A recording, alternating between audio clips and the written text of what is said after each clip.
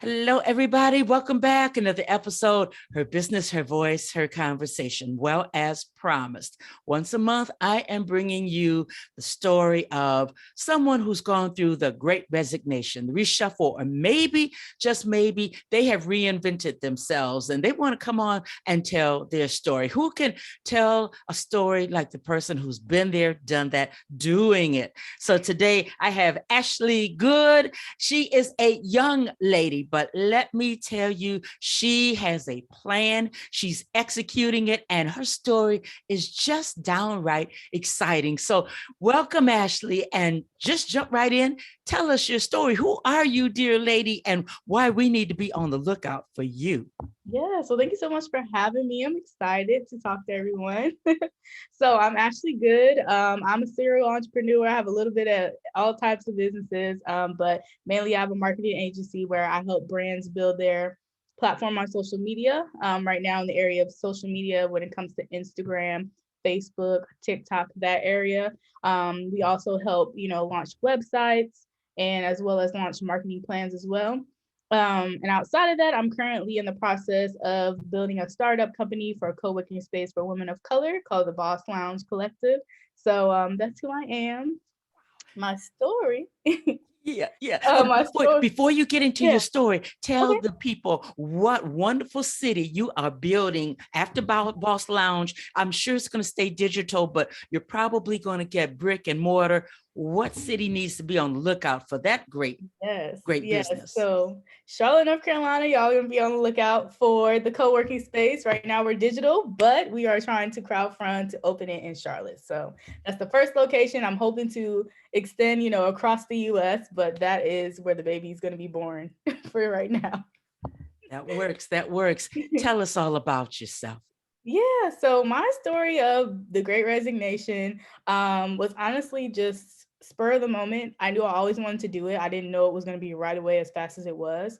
But I had been working in Charlotte. I moved from Los Angeles, California to Charlotte in 2017 and have been working in different industries. One that really stuck out to me was property management. So I got into property management, I think early 2018. I was loving it and enjoying it. Also trying to run my business on the side, but my business never really started generating a lot of income. So I was like, let me focus on a career path that is manageable, the income is consistent, and I can kind of get to know people in the area because I was new. So the first couple of months were good, but as I got into it, I realized I was the only Black woman in the space, and it was very difficult to exist. Because when you're around people who are your non-Black counterparts, it's really hard for them to understand your experience. Experiencing things from just microaggressions to my hair or to my turbans, just uncomfortable questions. Management was very micromanaging. It just was a very uncomfortable situation. So I was like, okay, well, I can't exist here. I love what I do. So maybe I should transfer to a different location because there were different properties. So I was like, okay, good. I was able to transfer to another property, but I still found the same issue. Mm. Although I was in a different space, I was still getting the same issues with microaggressions and things like that. And then they hired someone else who was Black. So I was like, okay, cool. But then now we're going through it together. So I was like, you know what? I can't do this anymore. I always wanted to launch my business, but I never really had the time to do it because the job was so demanding and stressful to the point where I didn't have any energy after I got off work. So I was trying and trying and trying. I was like, it's not working. But luckily the pandemic hit in 2020, sorry. It wasn't, it was a hard experience, of course, for everybody. But for me, that was my opportunity. I was still working because I was an essential worker, but a lot of my work wasn't demanded to the job because not a lot of the residents needed many help. A lot of people weren't searching for apartments at the time because unfortunately people were impacted financially and stuff like that. So most of my time was spent just making sure that everybody was okay with paying their rent and checking in on them. So I have more time to work on my business on the job. Probably not the best thing to do. Luckily I didn't get caught, but it helped me actually define what I wanted to do with my life so I could reinvent my life and reinvent myself. So that was the time that I was really actual to create a new business plan, figure out what I wanted to do, really just root myself into getting serious about quitting my job because before it was a dream, but it wasn't something that was tangible to me.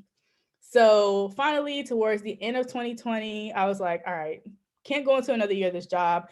What really hit me was because we're now getting, in the beginning of the pandemic, you're not really face to face with your customers. So we were just working in our office, but towards the end of the year, they were lifting like a lot of the regulations. So we had to start becoming face to face with them. So I was like, I'm not mentally even ready because I've been in the house and I've been in this office for the whole time. I don't even think I can mentally, prepare for something like that. So I was like, I have to get out because I don't know what life is going to look like again. And I can't be in a space where, I'm just very uncomfortable. And then, like, of course, during the pandemic, I lost a lot of family members. So it was like kind of like a life check. Like, life is too short. I can't be doing this forever. I'm not happy. So at the top of the year, I was like, all right, it's go time. I'm gonna launch my business. This is gonna be it. So I launched my marketing agency with my eyes closed because I was so scared. But I stepped out on faith. And I mean, the first week I got a lot of inquiries. Some of them didn't stick, some of them did, but I was able to put in a plan financially to save enough money, make sure that I had enough just clients to retain my money to pay my bills. And I was like, all right, July, I'm quitting my job. So July came, I quit my job and I was doing my business full time. I'm still here 7 months later. So I like to think I'm doing a good job. I mean, there's been ups and downs. I lost some clients. I had to let go of some clients, but I'm really now in a space where I can say I signed my first big client today. So I'm really excited. Oh, So wow. I feel like I'm constantly, I guess, reinventing myself and learning more about myself. So Wow. that is my story. Yeah, I tell you, I love it, love it, love it. And I would venture to say that the pandemic, though we did lose a lot of people Mhm. along the way, it really was a blessing. It was a life check. It was Yes. it offered an opportunity to shift. And there's still Mhm. time. I mean, marketing is the blood of a business. So Absolutely. by you being able to sustain yourself through change and move and still be around, I would say that you're a pretty savvy marketer also, and you offer up some really good branding information to people. I haven't seen your work, but I mean, the proof is in the pudding. I'll go out on a limb and say, Ashley Goode is the person to check out these days. So where does a person find you, Ashley? Yeah, so you can find me at Ashley M. Good on Instagram. That'll have my link in the bio, so it'll have all the connections to my different platforms. And then I'm also Ashley Good on YouTube, where I provide free content and tips every single week. Oh, wow, wow, wow. Is that you're doing that by way of course video? Are you putting that up under the name of a podcast, or how you're just putting it out there going live? Oh no, so actually, it's underneath my name, Ashley Good. So if you type it in YouTube, I should pop up. So it's my own channel, and then I just create weekly videos, and you're able to watch. There's so much in the catalog. So if you're a new entrepreneur, or if you need help building content, marketing yourself, especially if you're in the early stages of just trying to do it yourself and you can't hire anybody right now, I definitely give you a lot of tutorials and walkthroughs of how to get started in your business. Yeah. Well, you know what? I'm not a strong proponent of YouTube, but I tell you what, you have to have something to help you. You have to Yes, have something to absolutely. help you get going.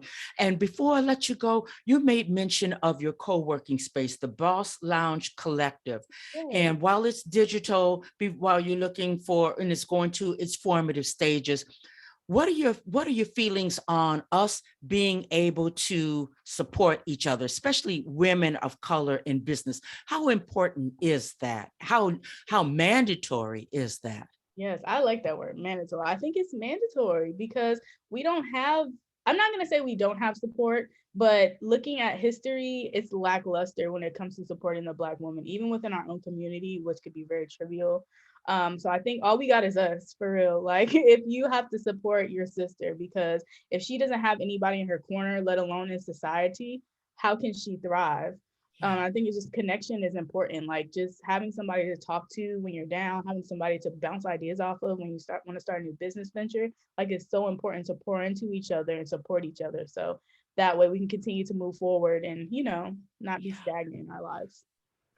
To me, that's the main reason why a person should seek you out, because this thing of marketing and the coaching that you're able to put on, and you seem to be a woman that has done a lot and you built a business plan. You know what some of the pitfalls are. You know what the emotional roller coaster looks like. So once again, I'm going on a limb, and I would say reach out to Ashley just so that you can stay connected with somebody who's been there, done that, doing it, and continues to go through, because entrepreneurship is tough. Hey, anybody who says it's not, it's a walk in the park, you better run away from them. Right. So, you know, with this thing of the co-working space, I see where that goes hand in hand with where you've been and what you're doing. So I want to thank you for coming and Well, telling thanks, your Beth. truth, sharing your truth. What's one last nugget of gold that you want to leave with everybody? Yeah. If you've been thinking about starting a business, to start it. There's no perfect time. I think sometimes we think we should have X amount of money in our bank account. We need to have all our ducks in a row, all the connections. The first thing you have to do is just start it, whether it's creating an Instagram page, launching the website, even talking to somebody that can help you, or you can contact me if you have any questions. It's important that you just start it, because fear will tell you a bunch of lies. But the truth is, you just got to keep pushing forward and just start your business anyway. Sound and sage advice. And I hope that people hear you, because Yeah, there will never be a perfect time to do at all. anything. At all. At all. Wow. I tell you, I put out a clarion call, ladies and gentlemen, and to let you know that this great resignation piece, I'm doing that all year long. People, men and women, I want men and women to come on, tell their story, because as I said, nobody can tell that story of inspiration and truth like the person that's been there, done that, doing it. So thank you, Ashley Goode. And everybody, I will see you next week with a brand new episode. Her business, her voice, her conversation. Bye-bye now.